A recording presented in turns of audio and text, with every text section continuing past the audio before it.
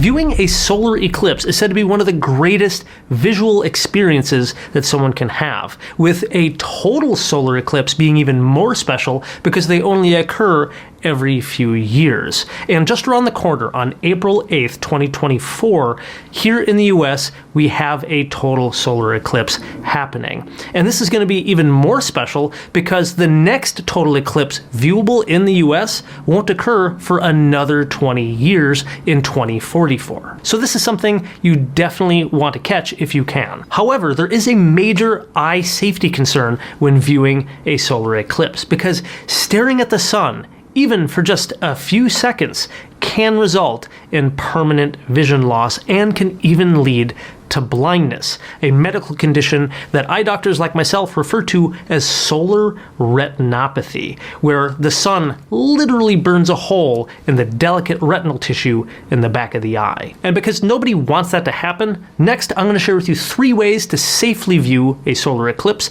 and I'll share some tips on what to do if you, by chance, happen to accidentally gaze directly into the sun. So first, here are some safe ways to view a solar eclipse. Number 1 is to wear official solar viewing glasses that meet the proper ISO safety standards.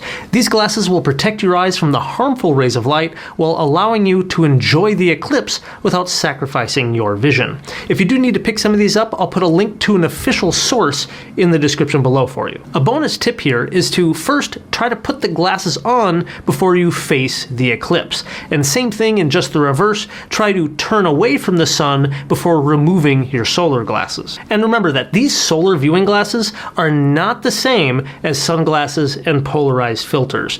Do not try to just wear your regular sunglasses. They are not safe for gazing into the sun. Even wearing 3 or 4 pairs of sunglasses are still not safe enough for gazing at the sun. Only look through these certified solar viewing glasses or a solar eclipse viewing card. And it's also important to mention to not try to look through these glasses and gaze through a telescope, binoculars, or a camera lens, because these glasses are not made for that. The condensed solar rays will in fact burn a hole through these safety lenses and may still cause damage to the eye. Number 2 is that if you're feeling crafty, you can create what's called a pinhole projector. This is where you just take a piece of paper or cardboard and you poke a hole through the very center using a pin or a thumbtack. Just make sure that the hole is round and smooth.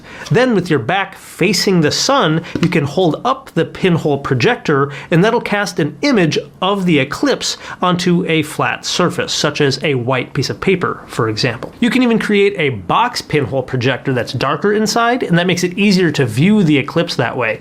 And number 3 is that if you happen to have a telescope, binoculars, or a camera lens that you want to view through, then you can look into getting an appropriate solar filter for those devices. But again, it's really important that you don't try to look through those devices directly at the sun without an appropriate solar filter. And remember that these solar filter glasses are not the same quality. If you try to look through one of those devices with these glasses on, these glasses will burn through and you'll still injure your eye. Alright, so now you know some safe ways to properly view a solar eclipse. If you do happen to just accidentally gaze at the sun with your naked eye, well, first, you might experience some pain, discomfort, and unfortunately it can lead to retinal damage. Again, if it's just for a split second, then it's important to close your eyes, turn away, and give your eyes a moment to rest and recover. You'll probably see like an after image of the sun for a few moments, and that's the photoreceptors in the back of the eye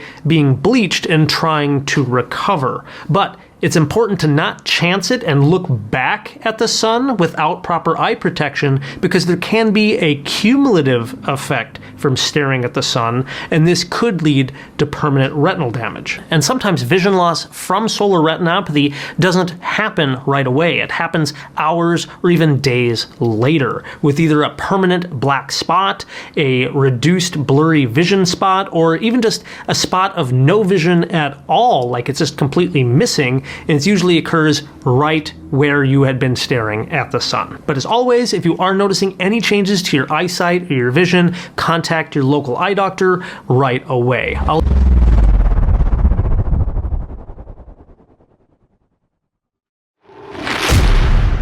Please be advised that the Peguis Band Office will be closing on Monday, April the 8th for safety precautions of the solar eclipse and for parents to remain at home with their children during this event.